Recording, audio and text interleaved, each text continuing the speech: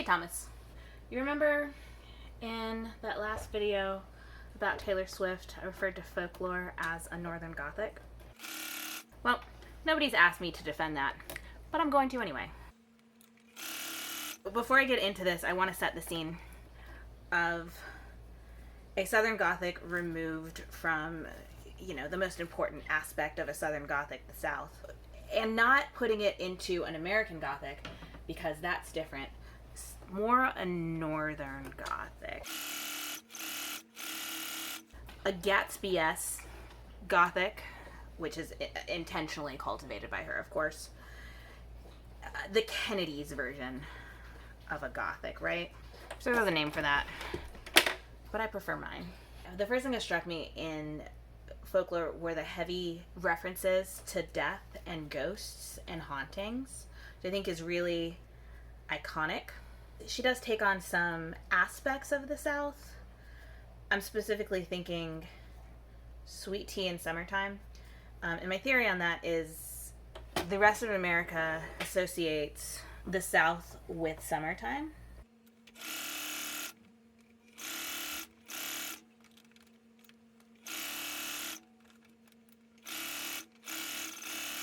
Or maybe she really wanted to write a Southern Gothic, but didn't have the context of having lived in the South for her whole life, which is a qualification before you write a Southern Gothic.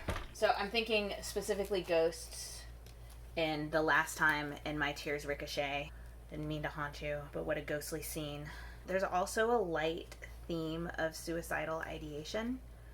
God could have followed my fears all the way down, and also in This Is Me Trying.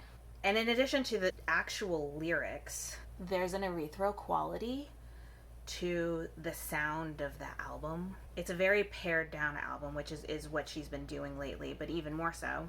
And also she has secondary vocals in certain songs that come in behind the main vocals and offer other perspectives or additional dialogue to the context of the lyrics, to the context of the story, that sound very ghostly. It's a cool effect. So once you get past the ghosts, there's so much in this album. There's so much to talk about. I don't think there's any question that there's magical realism in this album. There's no specific time it changes perspective. It goes throughout generations depending on the song you're listening to.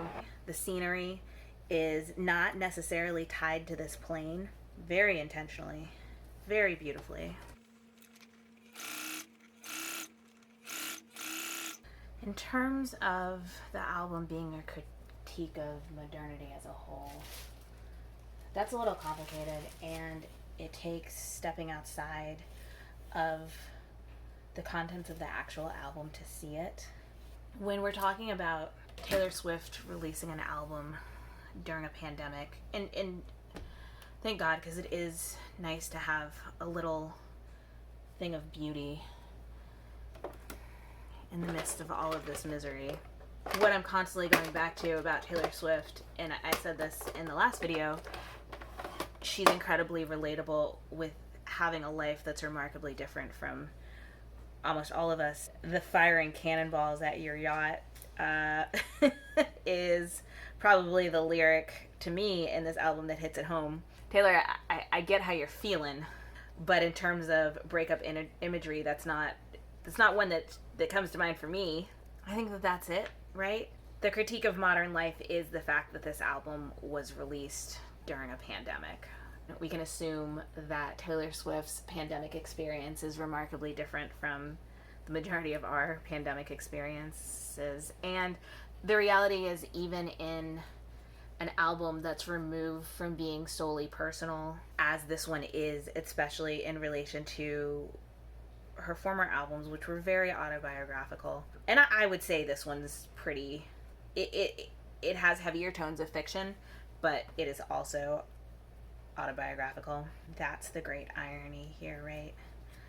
At the end of the day, it's the power of her as a lyricist that makes this relatable, as opposed to an actual experience we are sick and out of work, and you know, she's gonna make millions off of this album. And more power to her, because I like it and I think that it deserves the merits that it gets, but let's not pretend that that's not what's wrong with America right now, right?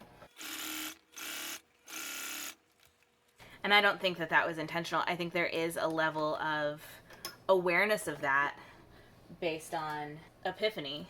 I don't know how deep that awareness stems. It doesn't matter. Like I said about Betty, if this album brings anyone any semblance of peace, we can just be thankful. We can be thankful for any crumbs that we get right now.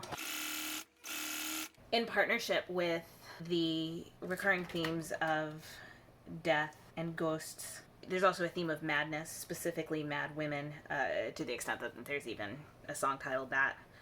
And I love this because in addition to working within the framing of a Northern Gothic, it speaks to contemporary times and gaslighting, which, you know, Taylor is a feminist, as problematic and with whatever limits she may have, she is that at the end of the day, and that informs her music.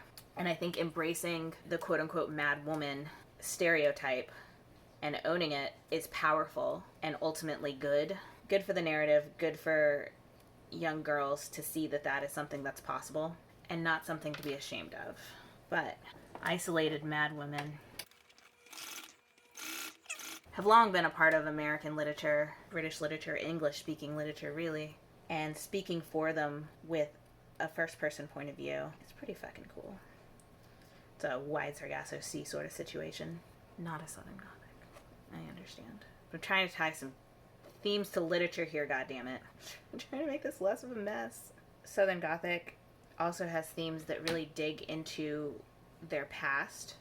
In the South, the past is alive and lives with us all the time. And I'm not talking about Civil War, South will rise again bullshit. I'm talking about, but the Civil War too. I'm talking about ancestry. I'm talking about our roots go deep for generations.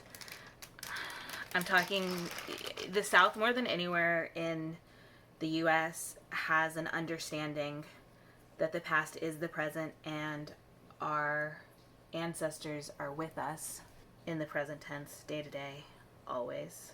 More so than most other places in the United States and anywhere else in the United States. That's embraced in this album. First and easiest example is The Last Great American Dynasty, in which Holiday House that she purchased has a legacy of difficult women, mad women you might say, the town does, that she has to live up to that expectation within the purchase of her house. But I would say with the ghostly hauntings and whatnot, it doesn't end there. In separating this album from time, you get these themes.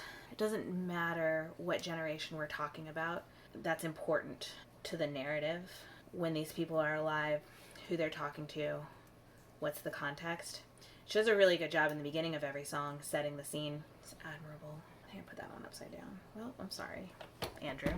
This is a theory I'm gonna have to finish in another video or doing another craft. Press record and it didn't record at first, which is why the timing's kind of off. Okay, I found a new craft. In terms of the legacy, I think that there's dealings with an aristocracy, clearly, and the pressures that come with that. I don't know if it's necessarily crumbling in Taylor's world or in the album itself. I do think that, hey, where's my roller thing? There's a societal pressure that is very present, constantly present in all of this. What the actual town says, what outsiders say, a fear of repercussions, and that's obviously present in, gosh, everything of Taylor's, right? She's facing blowback all the time for everything she does. The nuances of that I don't need to get into, you all know. And also whether or not it's merited, I'm not getting into, because that's outside of this conversation, of this theory. It doesn't matter for this. Or there's themes of the pressure that society puts on all of us. So even if there's no talk of ancestry in that, I think outside forces contributing to isolationism and the pressure of conformity, in addition to generational pressure, even if it's not within the family unit.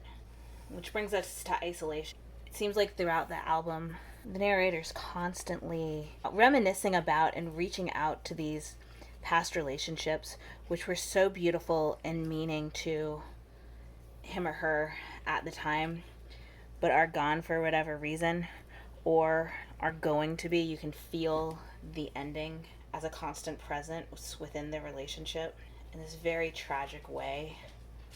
At the end of the day, it's a person who's perpetually alone, singing about relationships that they had, to the extent that she even says in the opening track, the one, talking about waking up alone as a constant in her life. And I think it really is a thirst for connection that never manifests in an idealized way. Can't, even, because of human nature. Reaching out, a constant reaching for a connection that won't come, that can't come. But as humans, we have to keep reaching for it. I don't think anyone can listen to folklore and not view it as overall tragic. Beautiful, yes, but also tragic. Even in its hope, even in its eternal love. You can have love for someone without even being able to remember their face. And at that point, the person that you loved isn't that same person anymore. But love transcends that, or at least this love does. And that is why Taylor Swift's folklore fits into my definition of a Northern Gothic. Thank you for coming to my craft talk.